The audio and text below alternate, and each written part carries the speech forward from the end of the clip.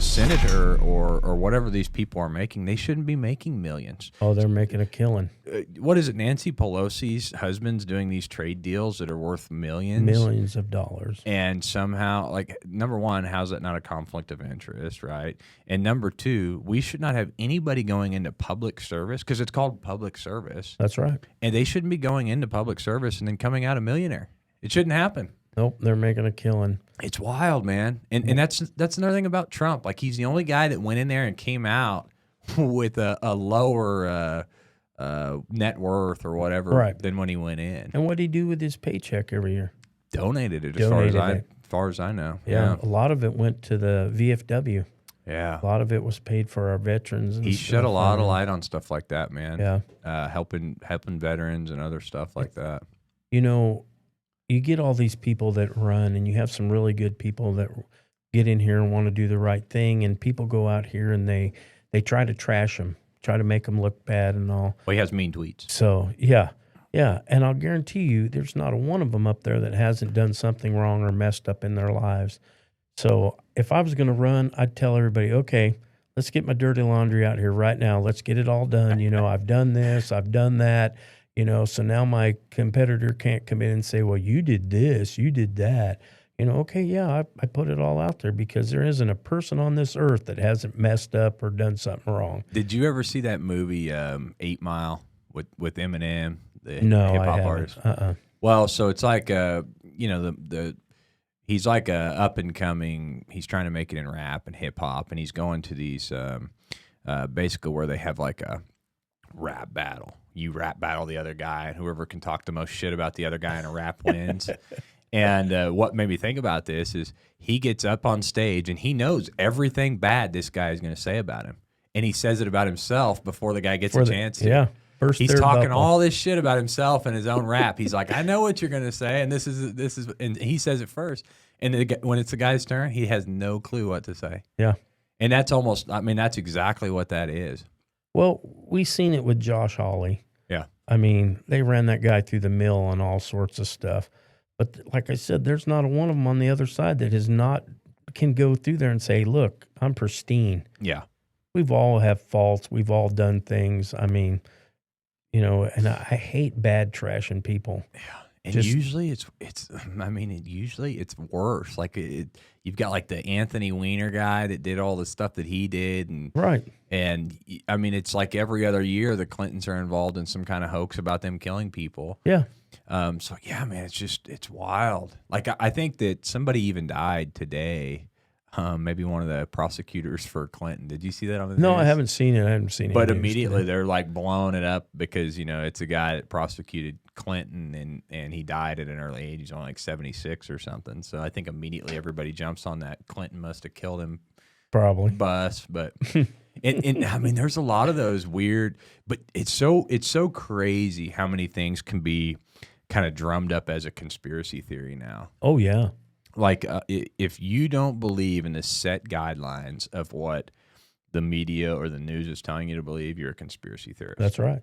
If you don't believe that there may have been some voter fraud, you're a conspiracy theorist. But it's so weird, and we're in this awkward time of, if the right is so right and the wrong is so wrong, and if you don't agree with me, you're wrong, and that's death worthy. Yep, they're going to put you in that group and set you out there. It's so weird, man. Well, I remember as a kid growing up, newscasters, you know, they would dig into whole stories, true stories. Yeah. They wouldn't take what was being passed down the street. Today, you Journalism. walk out on the street, it's just, okay, I heard so-and-so did this. Okay, well, we're going to report on that. You know, they don't dig into stuff anymore. They just try to feed us. You know, you cannot hardly find real journalism anymore. Not anymore. It's so crazy.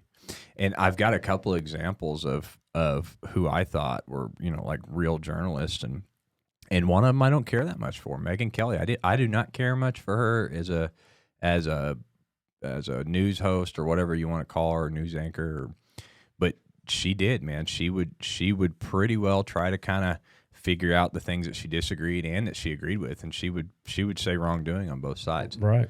And the other person who's still today, and he is like one of my favorites, is Tucker Carlson, man. Yeah. That guy will report, and that's why he's so popular. It shows. He will report on stuff that nobody else is talking about. That's right. But he does the work to dig in and find out both sides. He of the story. does. I have seen him bring Republicans on there and just chew their ass. And Yeah. it's like they're caught off guard because, oh, well, Fox News is supposed to be right wing, you know, and then he just mauls them. Yeah. But he doesn't give a shit about any of that. But and that's kind of like how I see myself. It's like I don't care right, left. I don't care about any of that shit. Here's the way I feel. Here are the things that I care about, whether you're on the right or left. If I agree with them, I don't care if you're on the right or left. Right. It just so happens that the left is like, Well, we forgot that we all have to learn to agree to disagree. that's right. You know, whether you take my advice or not, I put it out there, I'm going to go on. Yeah. Okay, I'm not going to get all butthurt over it and whine and cry and do all this. And we as people, we forgot that. You know, if it's either my way or the highway anymore, and so then they left wing you or, you know, right wing you, and it stinks out there because, boy, you don't know. It is, man. I can even remember what's going to happen. I remember like high school, you get in a fight. If you got in a fist fight or you got in a fight with somebody, it usually ended with a handshake. Like, you know, and you just don't see stuff like that anymore. You see like the knockout game or kids get knocked out and then the other guy runs. Like when I was in school, even if you got in a fight with somebody, it's like, okay, bygones be bygones. We'll shake. We're good now. That's the way it was when I was in school. Yeah. A couple of my friends and I, good friends, we went round and round. And when we were done, we were that evening at the arcade having a Coke and playing some video games there at the arcade.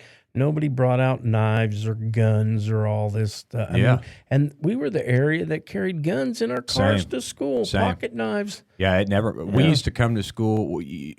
Guys in my school would go deer hunting before school, shoot a deer, have it in the back of the truck with the rifle in the truck. It's no big deal. We did that many a time. And to me, it still shouldn't be a big deal. Should not be a big deal, but we in society cannot control ourselves anymore. Yeah. We think, well, that guy said something bad about me. I'm going to go home and get a gun and shoot everybody. Stop that, man. Yeah. I mean, if he said something bad about you, go call him out. Go toe to toe, and when you're done, go have a Coke. Yeah. Well, I think a lot of it's just their people are these values and these things are instilled in them. Like you're a victim, you know, or you have a mental problem, or this is okay because you feel this way. And it's like nobody ever just says you're a dumbass anymore.